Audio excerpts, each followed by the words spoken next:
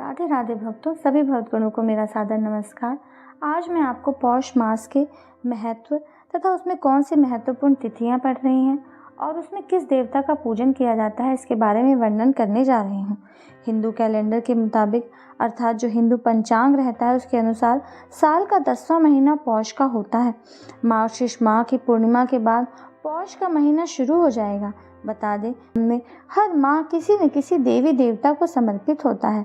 मार्गशीर्ष माह में जिस प्रकार श्री कृष्ण की पूजा का खास महत्व है, उसी प्रकार पौष का महीना सूर्य देव को समर्पित है। इस माह में सूर्य देव की उपासना का विशेष महत्व बताया गया है। अगर कोई सुबह जल्दी उठकर स्नान करे, तांबे के पात्र में जल ले, उसमें लाल चंदन या कुमकुम, लाल फूल डालकर मंत्रों के साथ जप करते हुए वह जल सूरज भगवान को अर्पित करता है, तो इतना ही मात्र कर लेने से उसे पौष मास में असंख्य फलों की प्राप्ति होती है। आइए जानते हैं कि पौष मास का नाम पौष क्यों पड़ा। पौष मास को यह नाम पुष्य नक्षत्र के कारण मिला है। पुष्य नक्षत्र हिंदू पंचांग की काल गणना में उपयोग आने वाले 27 नक्षत्रों में से 8वां नक्षत्र है। पौष मास को हिंदी में पूस माह कहकर भी पुकारा जाता है। पुष्य नक्षत्र को अंग्रेजी में कैंसर कैंस्टेलेशन कहते हैं। कई ग्रंथों में पुष्य नक्षत्र का नाम तिष्य बताया गया है। भगवान राम के भाई भरत इसी नक्षत्र के अंतर्गत आते हैं। आइए जान लेते हैं कि पौष महीने की महत्वपूर्ण तिथियां कौन सी हैं। विक्रम संवत के मार्गशीर्ष महीने की पूर्णिमा के बाद ही पौष मास आरंभ हो जाता है। हेमंत ऋतु के इस मास में ठंड बहुत अत्यधिक होती है। पौष मास की कुछ महत्वपूर्ण तिथियां हैं, जैसे कि एकादशी, कृष्ण पक्ष में आने वाली एकादशी, जिसे कि हम सफला एकादशी के नाम से जानते हैं।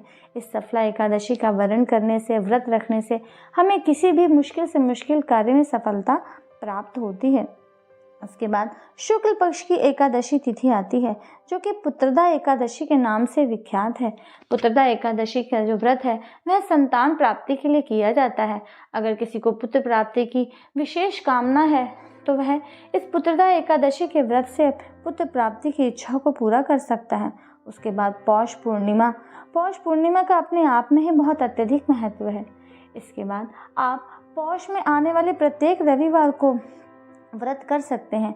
पौष माह में सूर्य भगवान की उपासना का विशेष महत्व है, इसलिए प्रत्येक रविवार को उनके लिए व्रत करने का एक विशेष महत्व है।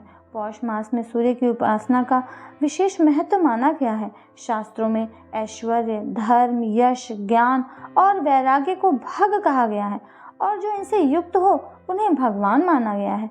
मान्यता है कि सूर्य देवता के भग नाम से पौष माह में उनकी पूजा करने से पुण्य की प्राप्ति होती है।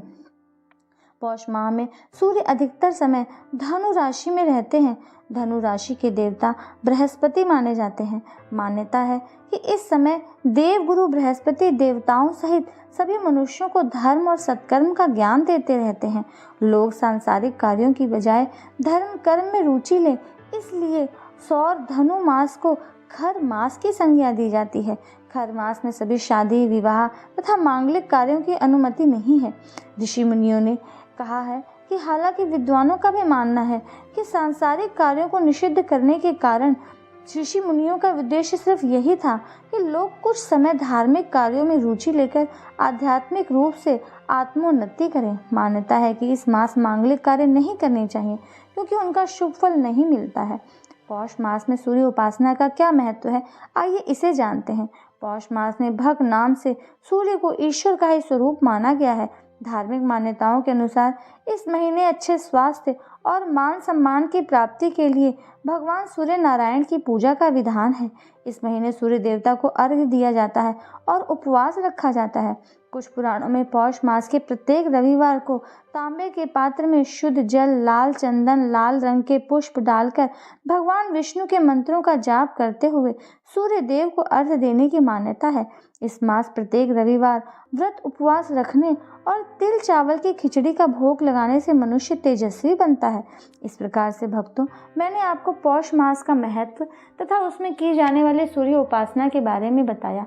अब अपनी अगली वीडियो में मैं आपको सूर्य देवता के व्रत किस प्रकार किए जाएंगे तथा उसका रविवार का व्रत आपको कैसे करना है, उसके बारे में वर्णन करूंगी।